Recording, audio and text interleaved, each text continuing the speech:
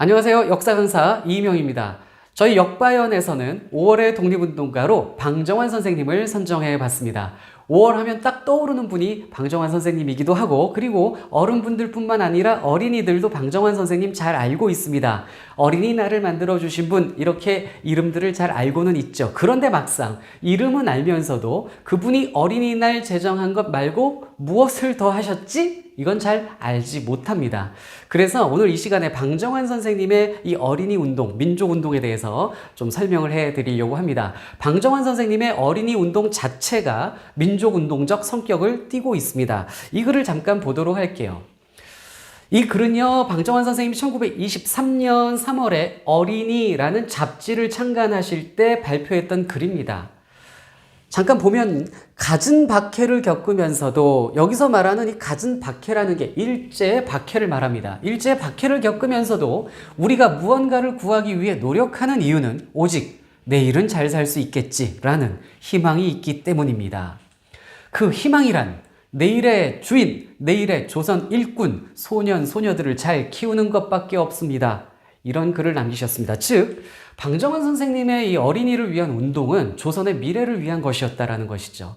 당시 어른들의 독립운동이 탄압받고 어른들의 독립운동이 힘들었던 그 시절, 우리의 미래를 위해서 이 소년, 소녀들, 어린이들을 잘 키우고 민족의식을 고취시키는 것, 이것이 우리 민족에게 중요하다는 인식을 하고 계셨던 겁니다. 그래서 이 방정환 선생님의 어린이 운동, 단순히 어린이날을 제정하는 게 목적이 아니라 이 어린이들에게 민족운동의 이 의식을 키우고 있음을 우리가 엿볼 수 있습니다. 자, 그럼 이제 방정환 선생님의 그 삶을 간단히 좀 보도록 하겠습니다.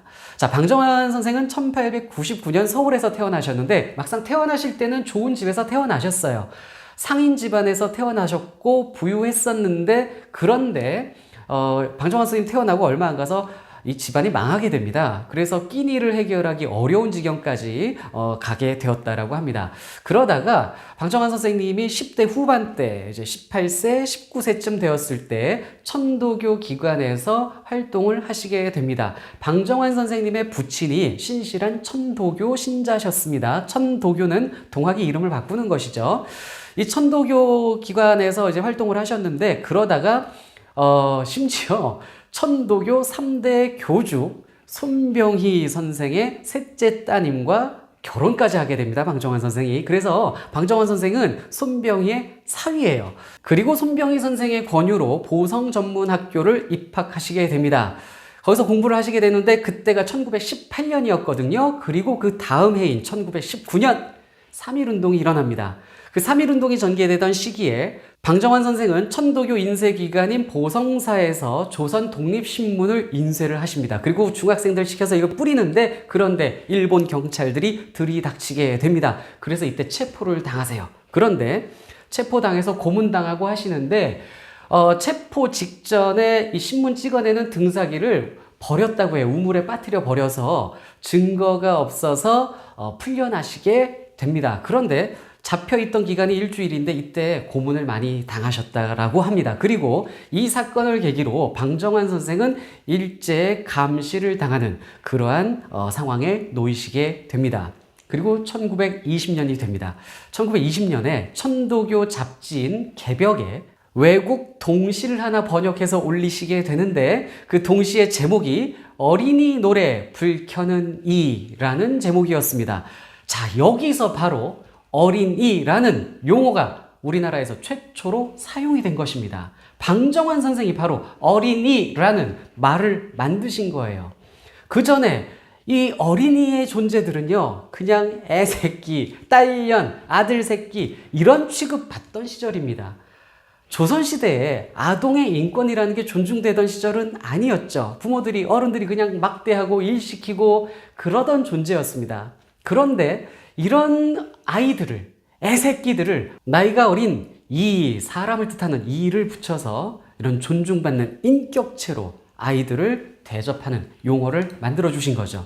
그리고 1920년에 천도교의 인쇄업체인 개벽사의 도쿄 특파원으로 가시게 돼요. 그래서 일본으로 이때 들어가게 되었고요. 그리고 1921년에 일본 가신 김에 일본 대학, 토요 대학을 입학하시게 됩니다.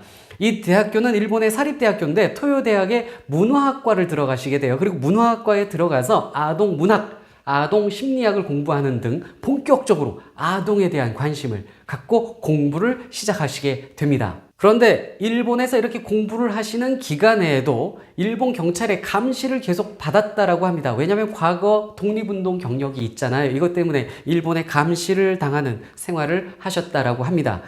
일본에 계신 동안 외국 동화들을 수집을 해서요, 한국말로 번역을 합니다. 그래서 이걸 한글로 번역된 동화집을 출판도 하시고요. 이후 한국으로 돌아와서는 동화 구연을 하면서 강연을 많이 다니십니다. 동화 구연을 너무너무 잘하셨대요. 그래서 많은 사람들이 방정환 선생님의 동화 구연을 듣고 울기도 하고 웃기도 하고 그랬었다라고 합니다. 그리고 본격적으로 1923년에 어린이들을 위한 활동을 쫙 펼치시게 되는데 1923년 3월에 잡지 어린이를 창간하시게 됩니다. 그러면 어린이라는 잡지를 잠깐 말씀을 좀 드려보도록 할게요.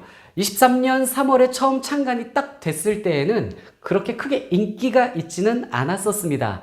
사람들이 잘 모르기도 했고 잡지 사볼 여력도 없었을 겁니다. 그런데 1923년 5월에 색동회가 이제 출범을 하게 되면서 색동회 회원분들이 홍보도 하고 글도 이렇게 어린이라는 잡지에 실어주고 하면서 점점 인기를 얻게 돼요. 나중에 가면요, 당시 서울 인구가 30만 명이었는데 어린이 잡지가 10만 부가 팔리는 그러한 엄청난 인기를 누리게 됩니다. 계속 찍어내서 결국에는 책이 모자라서 못 파는 정도가 될 정도로 큰 인기를 누리던 시절이 있었습니다.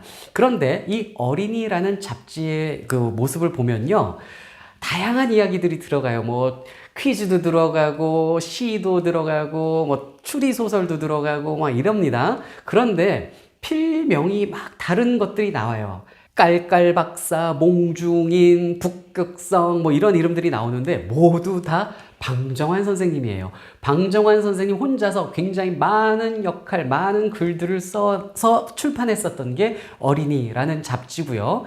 많은 인기를 누리면서 이 책은요, 전국 8도 윷놀이 게임, 그 다음에 금강산 게임, 이런 것들을 이렇게 사은품처럼 넣어서 선물처럼 아이들에게 주곤 했었다라고 합니다. 그런데 이걸 보십시오. 전국 8도 윷놀이입니다. 금강산 게임입니다.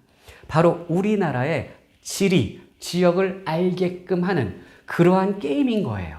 그 다음에 이 어린이라는 잡지가 한글로 나오거든요. 이 잡지를 보기 위해선 한글을 익혀야 됩니다. 이게 뭡니까? 바로 민족운동입니다. 아이들이 한글을 익히도록, 한글을 놓지 않도록 만들었고, 그 다음에 이 지리, 우리나라의 지역과 지리를 익히도록 이 책은 그런 활동을 하고 있었습니다. 이러니 일제가 가만둘 리가 없었겠죠. 일제가 이 어린이라는 잡지의 탄압에 나섭니다. 그래서요, 잡지가 총독부에게 압수당하는 일까지 생겨요. 압수 명령을 내립니다. 그래서 전국의 모든 어린이 잡지가 가게에서 다 압수당하는 일도 생겼고요. 계속 이 일제가 어린이라는 잡지를 검열을 합니다. 애들 보는 잡지를 총독부가 나서서 일일이 검열을 하고요. 그 글을 빼고 삭제하고 정간시키고 이랬었습니다. 삭제당한 건수가 34건, 그리고 중단된 것이 9번, 압수가 2번 이렇게 있었습니다. 애들 보는 잡지에 일제가 왜 이렇게 신경을 곤두세웠을까요? 바로 방정환 선생님의 어린이라는 잡지가 우리 조선의 어린이들에게 민족의식 고취시키고 독립의식을 넣어주고 있었기 때문이었습니다. 방정환 선생이 동화 구연하고 막 돌아다닌다고 그랬잖아요. 일제가 이거 다 따라다니면서 감시를 했습니다. 방정환이 사람들 앞에서 무슨 말 하나 감시하고 했습니다. 그런데 감시하러 간 경찰들이 방정환 선생님의 동화 구연을 재밌게 막 듣다가 같이 울고 막 이랬었다라고 해요. 1923년에는 또 많은 동지들과 함께 색동회라는 것을 운영을 하거든요. 어린이들을 위한 어린이 연구 운동 단체였습니다. 그리고 이 색동회에서 1923년 5월 1일 첫 어린이날을 제정해서 기념식을 하게 됩니다. 이게 첫 어린이날이었습니다. 지금 말씀드렸듯이 어린이날은 1923년에는 5월 1일이었어요. 1927년부터는 5월 첫째 주 일요일을 어린이날로 기념을 했었는데 해방 이후인 1961년부터는 5월 5일이 어린이날이 되어버렸습니다. 자, 그런데 어린이들을 위해서 이렇게 열정을 다 바치셨던 방정환 선생님은 의외로 빨리 돌아가시고 말았습니다. 1931년 33살 되시던 해에 돌아가시고 말았어요. 건강이 좀 안 좋으셨다라고 합니다. 고혈압에 또 심혈관 질환까지 겹쳐서 돌아가시고 말았습니다. 이 건강 악화의 원인으로는 한 달에 한 번씩 잡지를 계속 만들어내야 되는데 거의 혼자 많은 글을 쓰다 보니까 과로와 스트레스가 많았을 것이다. 이렇게 좀 추정들을 하시더라고요. 그리고 또 강연도 많이 다니시고 일제 감시도 받고 그 다음에 힘들여서 쓴 이 원고들이 일제 감시를 받게 되고 삭제되고 그것 때문에 또 제대로 된 날짜에 출판이 안 되고 이런 일을 매달 겪었다라고 합니다. 이 스트레스 때문에 빨리 돌아가신 건 아닐까 이렇게 생각도 됩니다. 일제시대 우리 힘들었던 그 시절 어린이들을 키워서 어린이들에게 민족의식을 키워서 우리의 미래를 밝혀보려 하셨던 방정환 선생님의 삶을 5월의 독립운동가로 살펴봤습니다.